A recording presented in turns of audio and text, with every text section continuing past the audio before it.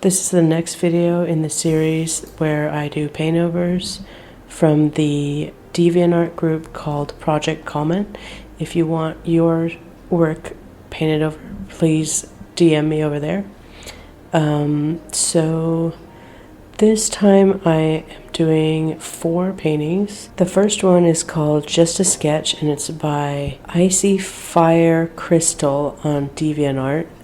They wanted me to know that it was just a sketch, and although I know it's really not finished, I thought it was fun to start on something like that where I can just work on like really basic things that I would do if it was my piece. So what I noticed on this one is the pose is really straight, so he looks kind of uncomfortable standing there. Usually to make that more natural stance, you want to make his shoulders and hips have opposite angles. Then I pulled out his elbow a little bit and the opposite knee. That'll also make it more casual and like he's just kind of relaxed. He did end up looking a little more cocky than I wanted him to, but yeah. Then I switched his legs around a little bit. The part of his leg below the knee was a little bit too small. On yours, there's a lot of sketchy lines, so what I would suggest is if you're gonna do sketches, try to do bigger gesture lines. Like, you don't have to do them so fat like I have, but like just longer lines instead of small sketchy lines. You can do that first if you're more comfortable, but then I would put a layer above it and draw over it in more sweeping lines that have more confidence so that you really know what the gesture is of the character. Then I just used your sketch to fill in the clothing, and I didn't change that much. I did change the main things I changed were the pose to make it feel like it's more comfortable, and the tail. As you can see, if you have it like overlapping the legs, it just looks cooler, I think. It's up to you in the end, but yeah.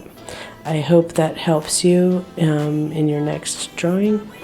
And these are, of course, just ideas and for fun. I didn't fill in the face at all or any of the details because I didn't have much to go off of, and the main thing I wanted to show you is what I would do with the pose and how to make it look more dynamic if you want to. Okay, I hope you enjoyed that, and thanks for letting me paint over your sketch. The next one is called Ifrit, and it's by Mr. Nice Gal on DeviantArt. It's really hard to read for me.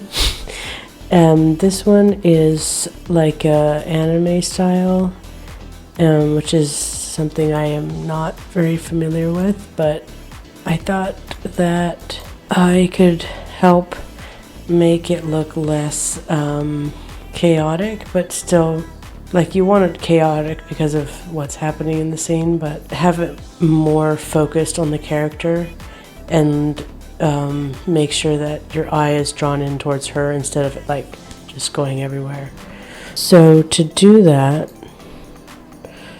I wanted to separate her from the background a little bit more than it is. So everything is really saturated and very much the same. Like if she was really light and the background was dark, she would stand out, and vice versa.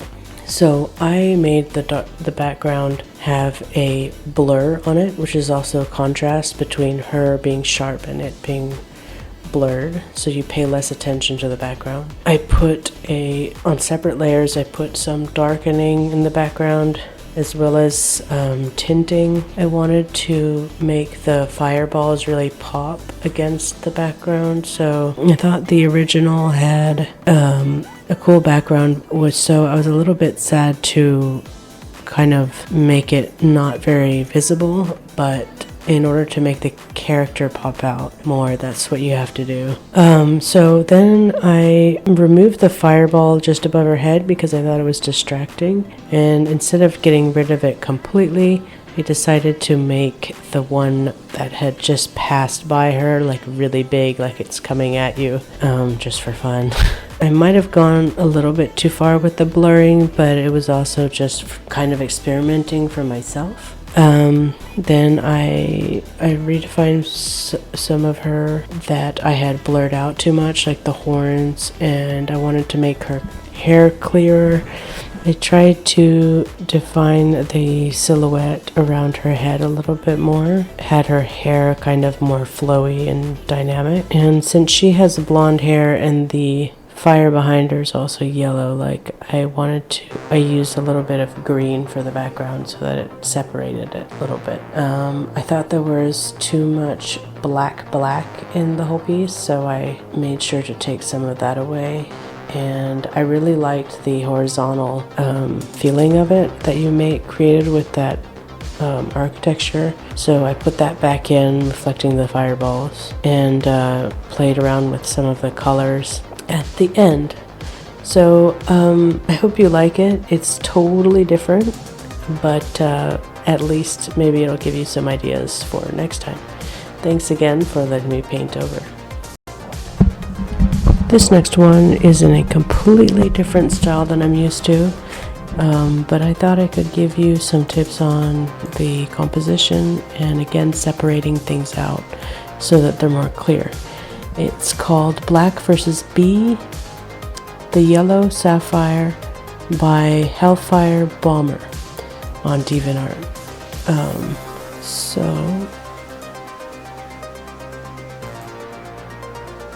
The first thing I noticed was the text was not really visible on the background, and instead of removing the background, I decided to move the text down below so that it didn't take away from the image. I think that red thing on the bottom was important. Sorry, I don't know the story or the characters. Yeah. So I moved the whole thing down, the little text box, and then I put the button back in and made sure that you could see it. I don't know if it's a button, that's just what I'm calling it. Then I wanted to separate the background from the character again, just like the last piece. And so I selected everything and put a layer of darker red. I did change the colors a lot in this one. I hope that's okay. Everything became more purple, and then I erased out parts of the darkened areas that I had added before so that the light source really became dynamic and lit up the character like you had it.